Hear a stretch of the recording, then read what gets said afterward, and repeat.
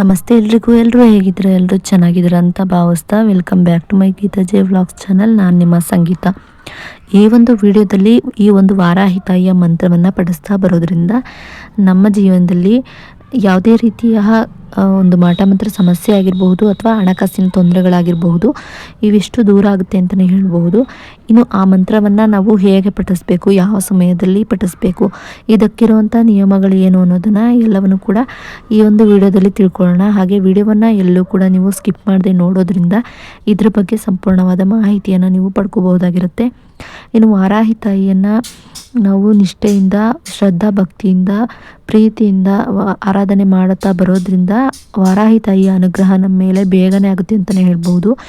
ವಾರಾಹಿ ತಾಯಿಯ ದೇವಸ್ಥಾನಗಳನ್ನು ನಾವು ಕಾಶಿನಲ್ಲಿ ಅಥವಾ ತಮಿಳುನಾಡಲ್ಲಿ, ಈಗ ಬೆಂಗಳೂರಿನಲ್ಲೂ ಕೂಡ ನೋಡ್ಬೋದಾಗಿರುತ್ತೆ. ಹೆಚ್ಚಾಗಿ ವಾರಾಹಿ ತಾಯಿಯನ್ನು ಕಾಶಿಯಲ್ಲಿ ತುಂಬಾ ಆರಾಧನೆ ಮಾಡೋದನ್ನು ನಾವು ನೋಡ್ಬೋದು. ಅಲ್ಲಿ ವಾರಾಹಿ ತಾಯಿಯ ದೇವಸ್ಥಾನನೇ ಇದೆ. ಹಾಗಾಗಿ ವಾರಾಹಿ ತಾಯಿ ತುಂಬಾ ಪವರ್ಫುಲ್ ಆದಂಥ, ಶಕ್ತಿಯುತವಾದಂಥ ದೇವತೆ ಆಗಿರೋದ್ರಿಂದ, ಹಾಗೆ ರಾತ್ರಿ ಸಮಯದಲ್ಲಿ ಹೆಚ್ಚಾಗಿ ಭೂಲೋಕದಲ್ಲಿ ಸಂಚಾರ ಮಾಡೋದ್ರಿಂದ ವಾರಾಹಿ ತಾಯಿಯನ್ನು ರಾತ್ರಿ ಸಮಯದಲ್ಲಿ ಹೆಚ್ಚಾಗಿ ಆರಾಧನೆ ಮಾಡೋದು ತುಂಬಾ ಪ್ರಚಲಿತವಾಗಿರುವಂಥ ವಿಷಯ ಅಂತಲೇ ಹೇಳ್ಬೋದು.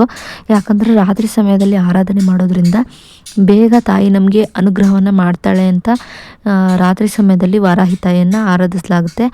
ಇನ್ನು ನಮಗೆ ರಾತ್ರಿ ಸಮಯದಲ್ಲಿ ಆರಾಧನೆ ಮಾಡೋದಕ್ಕಾಗೋದಿಲ್ಲ ಅನ್ನೋರು ಕೂಡ ಬ್ರಾಹ್ಮಿ ಮುಹೂರ್ತದಲ್ಲಿ ಆರಾಧನೆಯನ್ನು ಮಾಡ್ತಾರೆ. ಹಾಗೆ ವಾರಾಹಿ ತಾಯಿಯ ಮಂತ್ರಗಳನ್ನಾಗಲಿ ಅಥವಾ ವ್ರತವನ್ನಾಗಲಿ ಪೂಜೆಯನ್ನಾಗಲಿ ಮಾಡೋದಕ್ಕೆ ಪ್ರಾರಂಭಿಸ್ತಾರೆ ಅಂತಲೇ ಹೇಳ್ಬೋದು.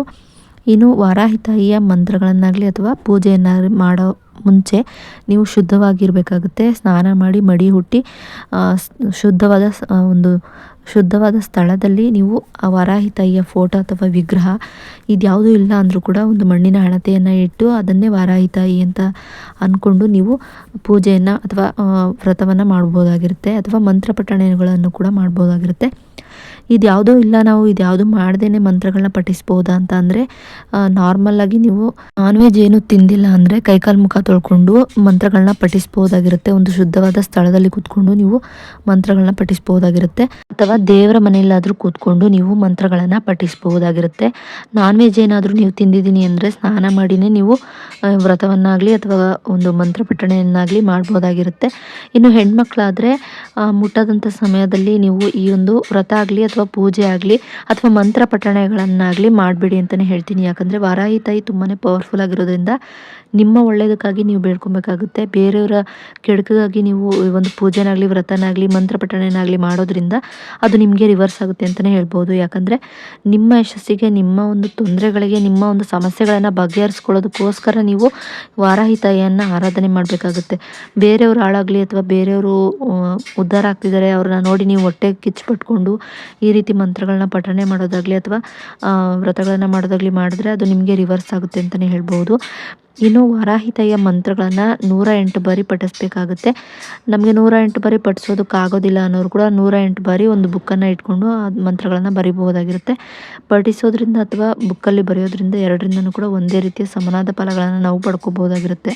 ಇನ್ನು ನೀವು ಈ ವಾರಾಹಿ ಮಂತ್ರವನ್ನು ಎಲ್ಲಾದರೂ ಟ್ರಾವೆಲ್ ಮಾಡ್ತಾ ಇದ್ದಾಗಲೂ ಕೂಡ ಹೇಳ್ಕೊಬಹುದು.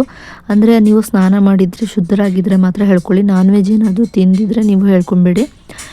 ಈ ಒಂದು ಮಂತ್ರವನ್ನು ನಾವು 108 ಬಾರಿ ತಪ್ಪದೇ ಪಠಿಸ್ಬೇಕಾಗುತ್ತೆ. ನಮಗೆ 108 ಬಾರಿ ಆಗೋದಿಲ್ಲ ಅನ್ನೋರು 9 ಬಾರಿ, ಇಲ್ಲಾಂದರೆ 11 ಬಾರಿ, 21 ಬಾರಿ, ಇಷ್ಟರಲ್ಲಿ ಎಷ್ಟು ಬಾರಿನಾದರೂ ನೀವು ಪಠಿಸ್ಬೋದಾಗಿರುತ್ತೆ.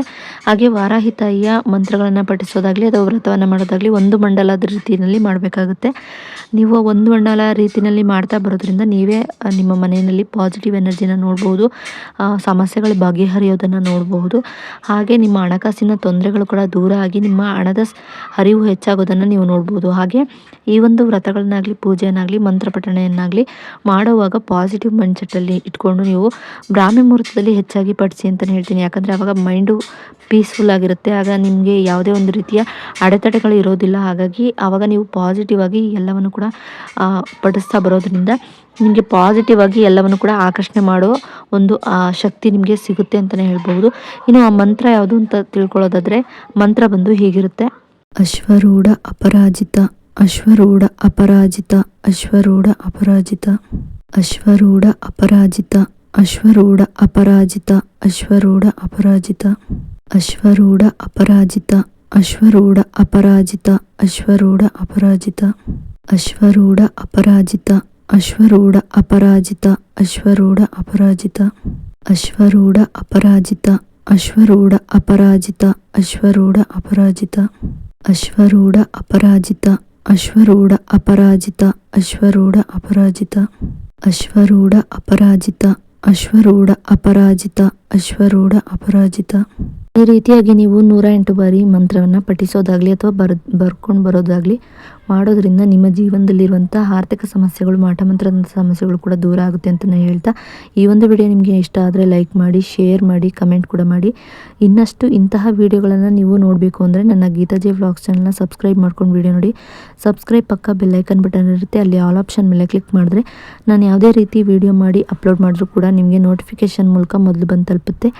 ಆಗ ನೀವು ನನ್ನ ವಿಡಿಯೋನ ಮಿಸ್ ಮಾಡದೆ ನೀವೇ ಮೊದಲು ನೋಡ್ಬೋದಾಗಿರುತ್ತೆ. ವ್ಲಾಗು ಕೂಡ ಹೀಗೆ ಸಪೋರ್ಟ್ ಮಾಡ್ತಾಯಿರಿ.